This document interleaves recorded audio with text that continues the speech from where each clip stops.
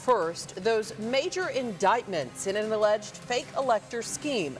11 Arizona Republicans and 7 other co-conspirators all indicted. But what exactly is an elector and what happens now? Ben Brown and Garrett Archer with our ABC 15 political team are teaming up to break it down.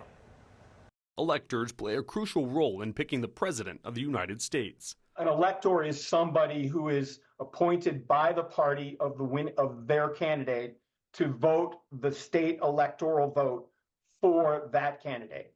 So it's a loyalist to that candidate who is to follow the laws of the state of Arizona in casting that ballot. Each state has a different number of electors, and how they are selected varies by state, but in general, state parties are the ones who name the electors. They are selected by the party as the official delegate, usually with the consent of the presidential campaign. On the Democrat side, labor unions; on the Republican side, sometimes big business, but people who are very supportive of their mutual candidates. What this indictment alleges is that Arizona's 11 Republican electors tried to falsely declare Donald Trump beat Joe Biden in Arizona in the 2020 presidential election. Each of the defendants has to show up in court. They're going to be arraigned on the indictment, and they're going to plead guilty or not guilty, and the case is going to proceed to trial. That includes former GOP chair Kelly Ward. I'm Kelly.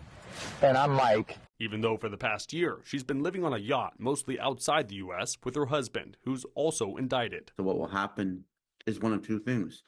She'll either surrender voluntarily to law enforcement, or she'll be arrested. If she's arrested outside the state of Arizona, she'll be extradited back here to face charges. Among the other Arizona names listed in the indictment, state lawmakers Jake Hoffman and Anthony Kern. In some cases, lawmakers have immunity. Not here. There's no immunity for any of them for this type of conduct. Former federal prosecutor Neama Rahmani noted what is also unusual about this case is how long it took for an indictment. It really does add fuel to that argument when you wait so long to file something like this for conduct that took place really back in 2020 and 2021. This is something that should have been filed years ago. As for the impact this could have on voters and the election, I spoke with ABC 15 data analyst Garrett Archer to go inside the numbers. So, Garrett, what is the sentiment, among Republicans and Democrats now that this indictment has come down?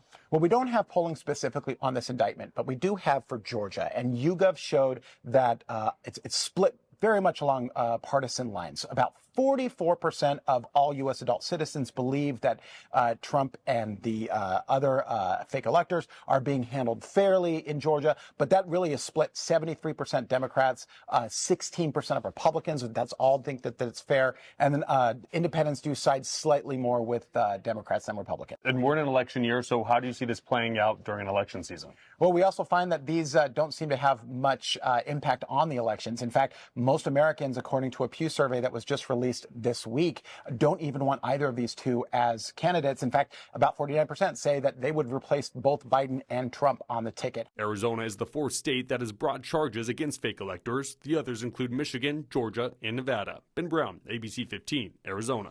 Thank you, Ben. And we want to hear from you. Do you think the indictments of the Arizona Trump electors are fair or unfair?